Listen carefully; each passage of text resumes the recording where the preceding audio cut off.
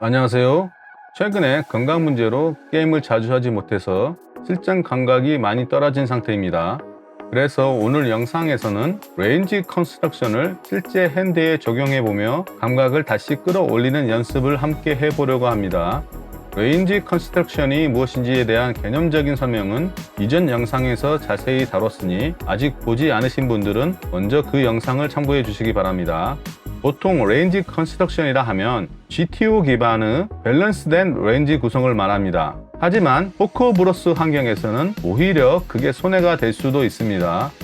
왜냐하면 대부분의 포커브러스 플레이어들은 GTO처럼 밸런스를 맞추려 하지 않습니다. 오히려 감과 경험 그리고 있는 그대로 치는 성향이 강하죠. 그래서 오늘 우리가 해볼 레인지 컨스트럭션은 GTO가 아니라 이 환경에 맞는 디스플레이 중심의 조정된 레인지입니다. 오늘 소개할 예제 핸드는 제가 직접 플레이한 것이 아니라 관전 모드로 지켜본 실제 경기들을 바탕으로 골랐습니다. 이 핸드는 멀티웨이 3배 팟에서 프리미엄 핸드가 마지널 핸드에게 무너지는 장면입니다. 표면적으로는 쿨러처럼 보일 수 있지만 레인지 컨스트럭션의 관점에서 보면 이 플레이가 얼마나 취약했는지 명확히 드러납니다. 지금부터 이 핸드를 스트리트별로 분석하며 각 플레이어의 레인지 구성을 살펴보겠습니다.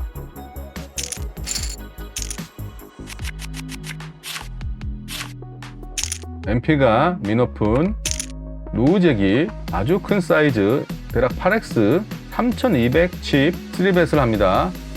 이런 큰 사이즈 3벳은 아주 강한 레인지를 의미한다고 볼 수 있을 것 같습니다. 즉 루우잭은 이 판에 자신의 모든 칩을 다 집어넣는다 선전포고처럼 보이고요.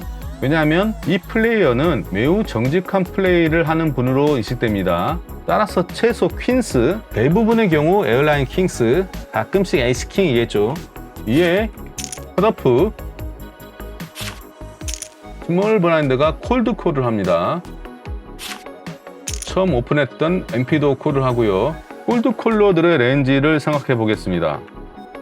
뜨면 다 내꺼 종류의 도박성 핸드들 위주로 콜드 콜을 하는 경우가 많습니다. 로우 스리드 에이스, 스리드 커넥터 개퍼, 로우 미디엄 팟개퍼들로 구성되어 있을 가능성이 많고요. 드물지 않게 7호 옵슛, 10, 8 옵슛, 64 옵슛 그런 핸드들로 이런 큰 사이즈 3벳에 콜드 콜을 하시는 분들도 계십니다. 플라비 653 웨트하고 다이내믹한 보드입니다. 레인지 어드밴티지는 3배터인 로우잭에게 있지만 넛 어드밴티지는 콜드 컬러들에게 있을 수 있습니다. 왜냐하면 로우잭은 74, 42를 가지고 있을 수 없지만 루즈한 PC 플레이를 하시는 분들에게는 충분히 있을 수 있죠. 또한 로우잭은 에어라인 킹스 같은 오버페어를 가지고 있을 수 있지만 6셋, 5셋, 3셋은 매우 드물고 콜드 컬러들이 이런 핸드들을 가지고 있을 수 있습니다. 따라서 오버페어를 가지고 있더라도 멀티웨이에서 팟 컨트롤이 필요한 보드입니다. 그럼에도 불구하고 로우잭이 3분의 2 사이즈 대략 9,000이죠. 아주 큰 사이즈 C벳을 합니다. 이런 큰 사이즈 C벳은 부적절해 보입니다. 로우잭이 이런 액션을 취할 수 있는 핸드들 이론적으로는 거의 없지만 실제 포커브러스에서는 이런 핸드 자기 자신의 핸드만 보는 거죠. 에어라인 킹스로 이런 사이즈 뱃을 함으로써 상대가 가지고 있을 수 있는 8파켓, 7파켓, 에이스 6, 87, 오픈핸디드 스트레이트 드로 이런 핸드들한테 밸류를 받을 수도 있을 것 같습니다. 또한 백도어 플러시 드로가 있는 에이스 킹 이런 핸드로 뱃을 함으로써 스몰 블라인드가 가지고 있을 수 있는 에이스 퀸, 에이스 잭에게 밸류를 받을 수도 있을 것 같습니다. 블러프 쪽은 매우 가능성이 매우 낮죠. 이런 핸드를 가지고 있었다면 이렇게 뱃을 함으로써 스몰 블라인드가 가지고 있을 수 있는 에이스 잭, 킹, 퀸을 폴드시켜 밸류를 얻을 수 있겠습니다. 하지만 보드와 너무 미스매치되었기 때문에 이 보드에서 로우잭이 밸류를 얻을 수 있는 상대 타겟 핸드들은 많이 있어 보이지 않습니다. 체크콜이나 수동적으로 플레이를 해야 하는 상황처럼 보입니다.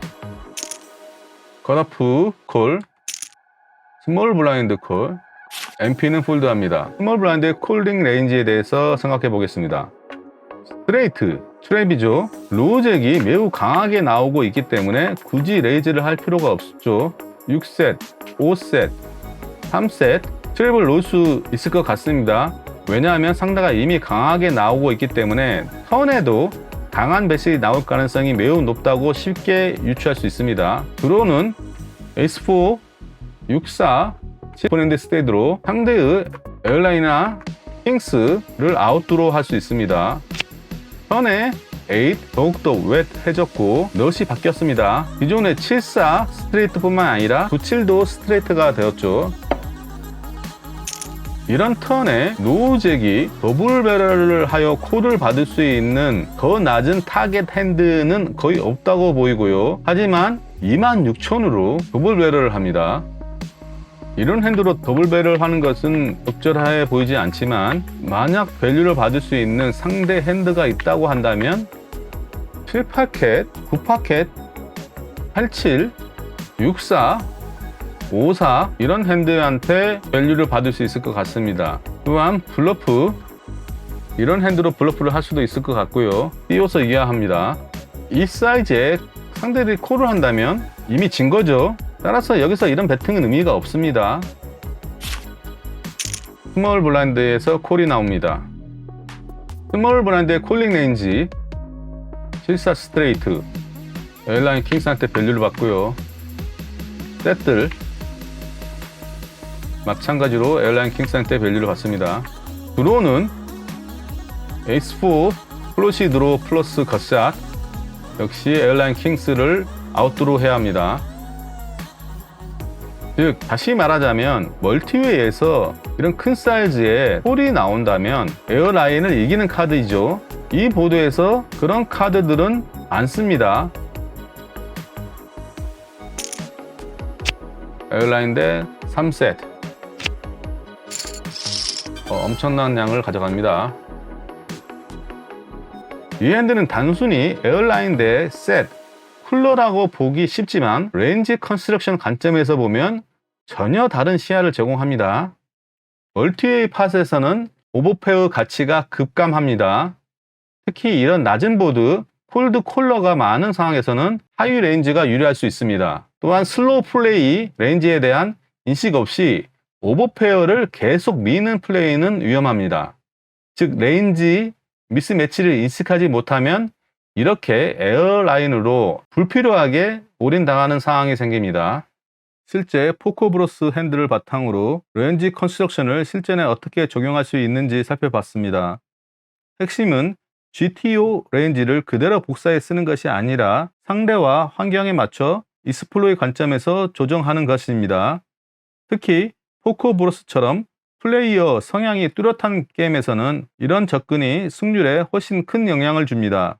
이번 핸드에서의 에어라인 플레이가 그 예입니다.